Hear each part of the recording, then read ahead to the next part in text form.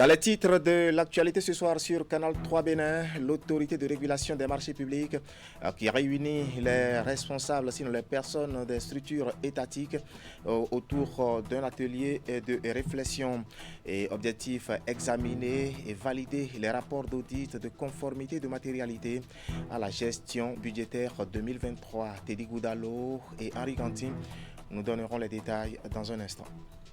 Près de 3 semaines après la tentative de coup d'État déjouée au Bénin, les intentions de prière restent toujours d'actualité au sein des confessions religieuses.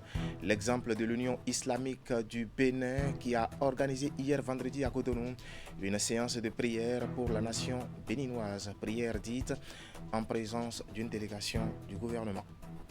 Et puis en sport, le Bénin se relance dans la course pour la qualification au 8e de finale de la Coupe d'Afrique des Nations de football dans son édition 2025.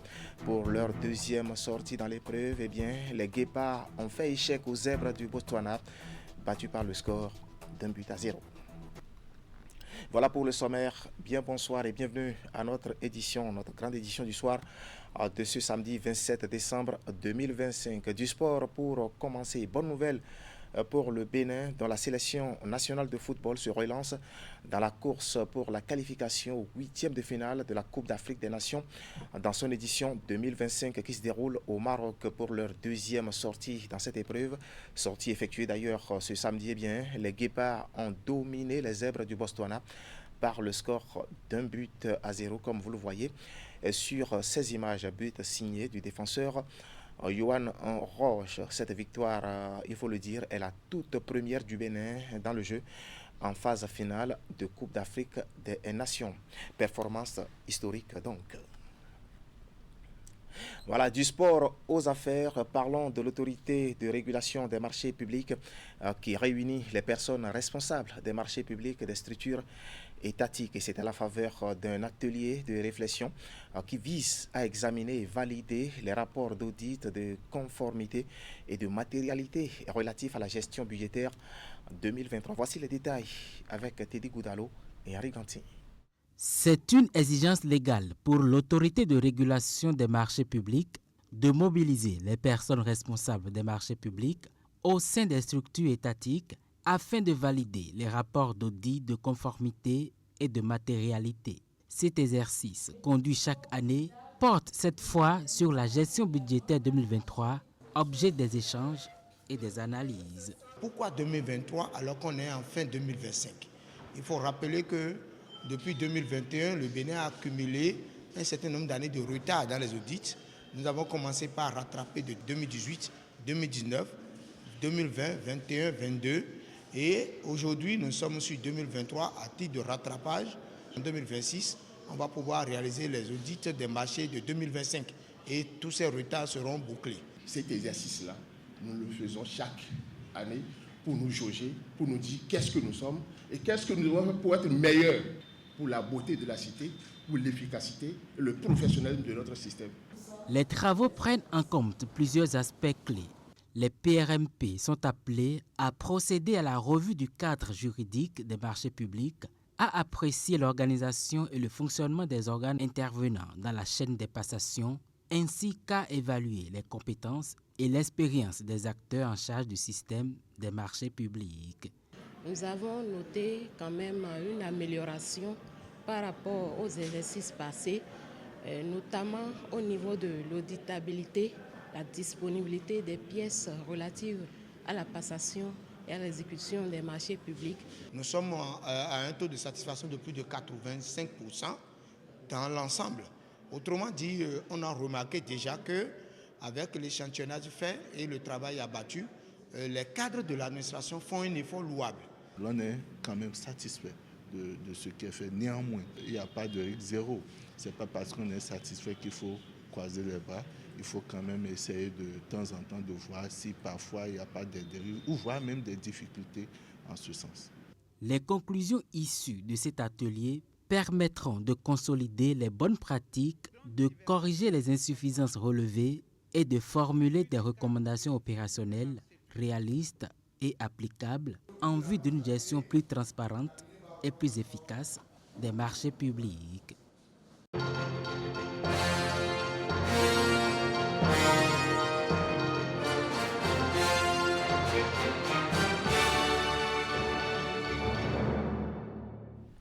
Vous avez compris, nous allons parler maintenant politique avec bien sûr les élections législatives et communales du 11 janvier 2026 prochain au Bénin. Et pour ces compétitions politiques, eh bien, le parti Force Kori pour un Bénin émergent mobilise déjà son état-major.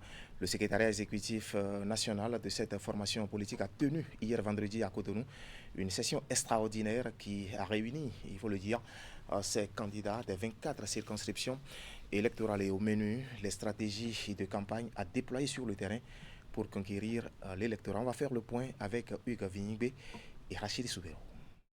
C'est un briefing de mission avant l'assaut. Tel un commandant, le chef du parti Force Kori pour un Bénin émergent, entouré des membres du secrétariat exécutif national, rencontre les têtes de liste de sa formation politique dans les circonscriptions électorales. Des assises qui interviennent à l'aube de la campagne électorale pour les élections générales du 11 janvier 2026. 2026 va ouvrir la porte de la Marina à notre parti. Pour donc que tous ces succès soient concrétisés, il nous faut nous organiser.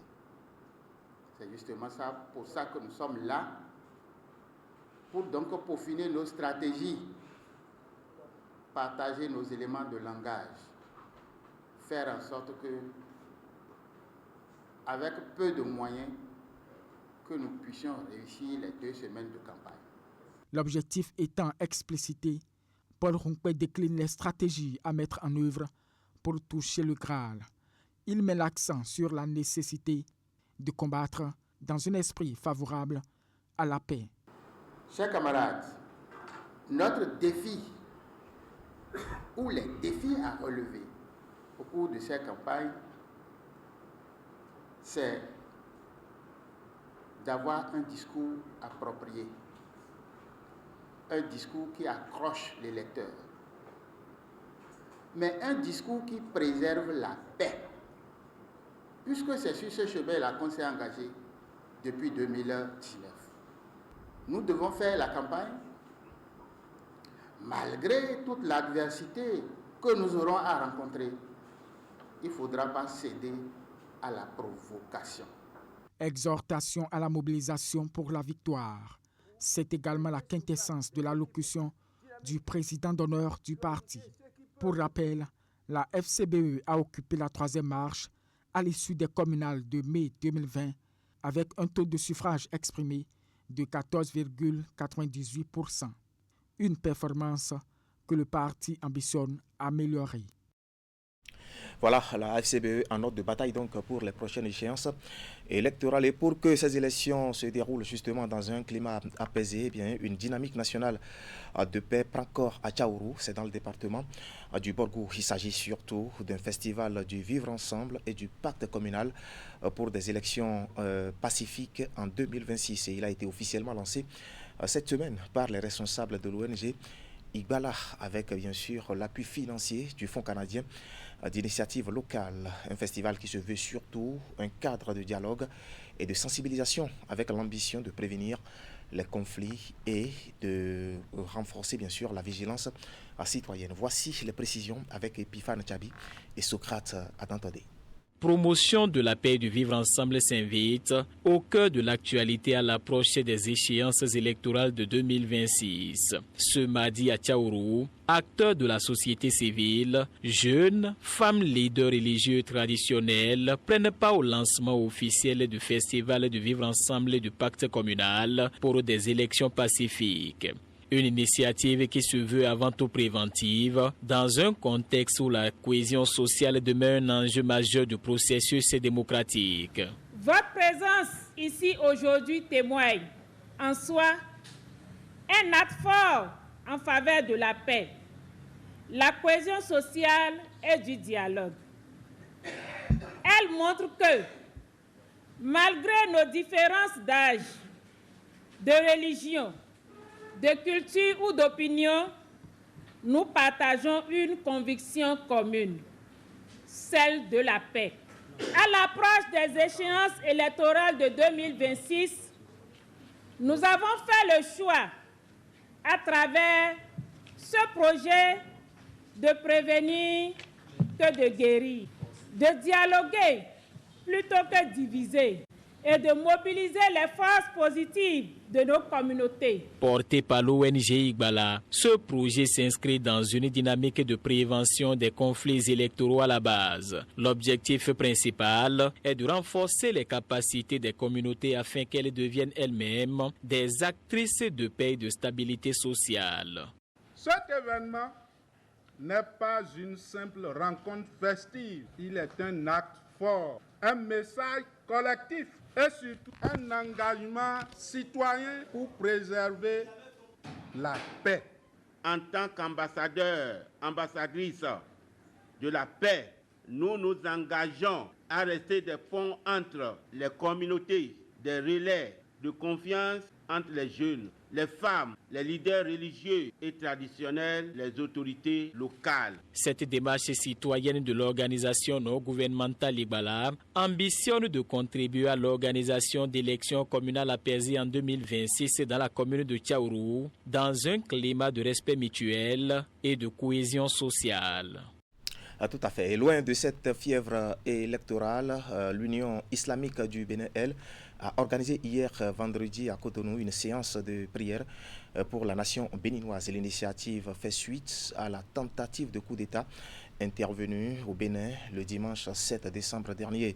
Eh bien, la fêtière de la communauté musulmane du Bénin a également prié pour le chef de l'État et l'ensemble des présidents des institutions de la République. La prière a été dite en présence de quelques membres du gouvernement. Regardez.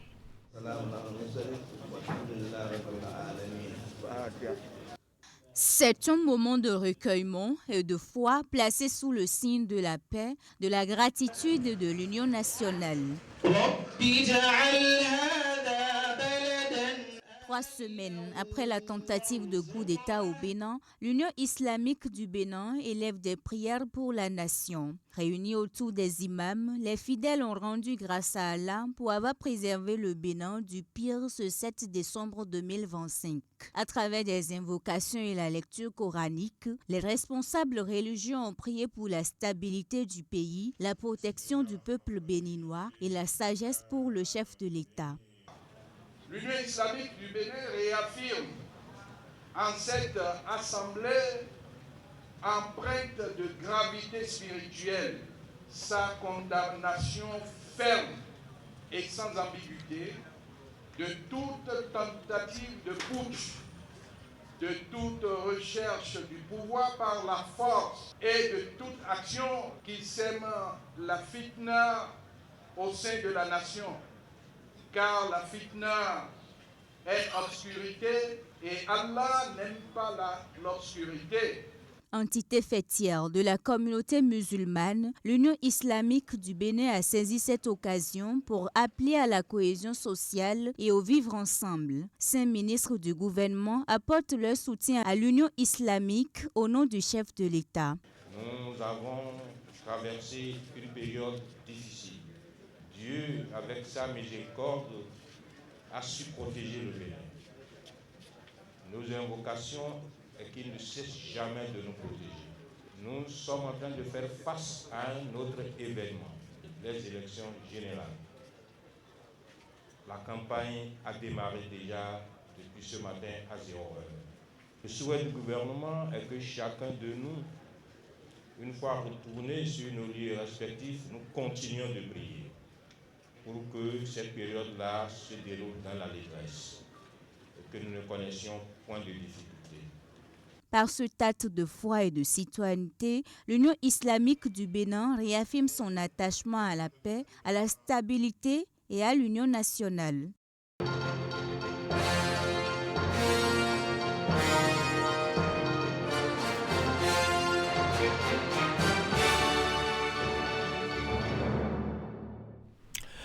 Parlons mode à présent avec un défilé qui met en valeur le modèle de Djougou. L'initiative est du directeur départemental du tourisme, de la culture et des arts de l'Atakora à Donga. Objectif, permettre aux créateurs et stylistes de se révéler au monde. Et pour l'occasion, différentes collections ont été présentées à un public composé majoritairement des meilleurs écoliers au CEP 2025 dans le département de la Donga. Abdou Sabi Idrissou pour le compte rendu.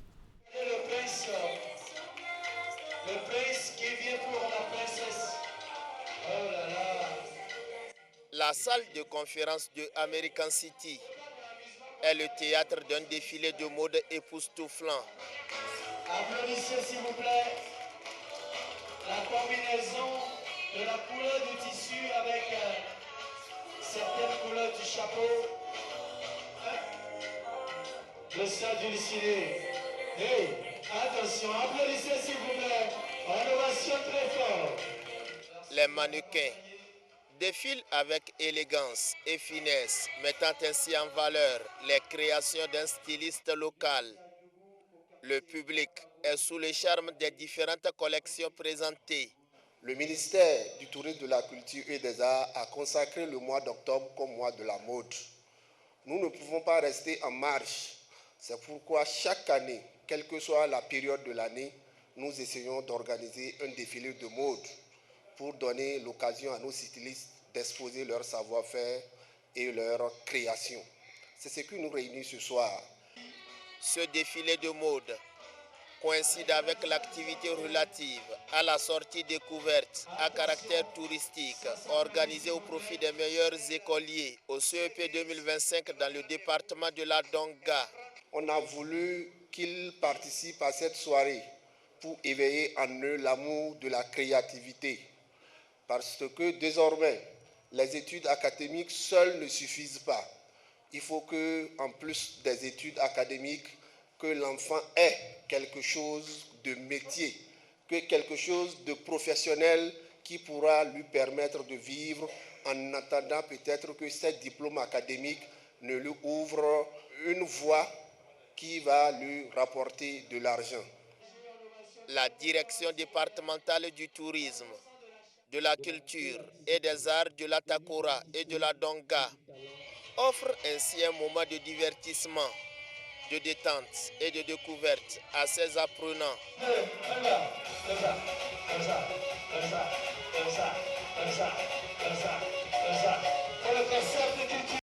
Son et couleurs autour de cet événement.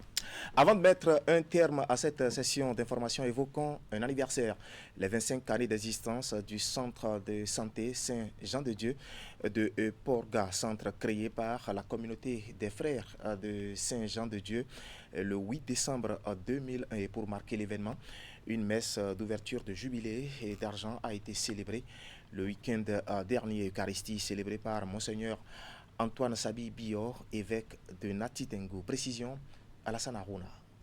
La paix soit avec vous.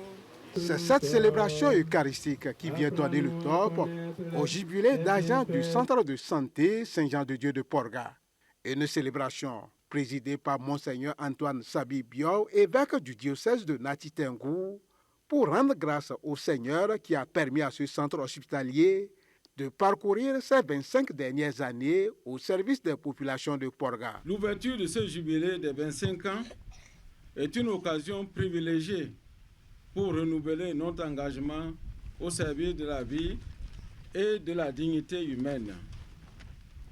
Elle est aussi une invitation adressée à tous les partenaires, aux autorités et aux personnes de bonne volonté à continuer d'accompagner cette œuvre de santé afin qu'elle puisse répondre durablement aux besoins des populations. Moment de communion et de renouvellement de l'engagement de tout le personnel soignant de ce centre vers l'avenir, cette messe d'ouverture aura été l'occasion pour les uns et les autres de mettre un accent particulier sur les différentes œuvres de santé, de charité et de compassion menées par la communauté des frères de Saint-Jean-de-Dieu au profit des populations locales. En célébrant ce jubilé d'argent, nous rendons grâce à Dieu pour le chemin parcouru, pour les bienfaiteurs, les partenaires, ainsi que pour toutes les personnes qui, de près ou de loin, ont contribué à faire du centre de santé de Porga un lieu de soins. Nous sommes rassemblés pour dire merci à Dieu.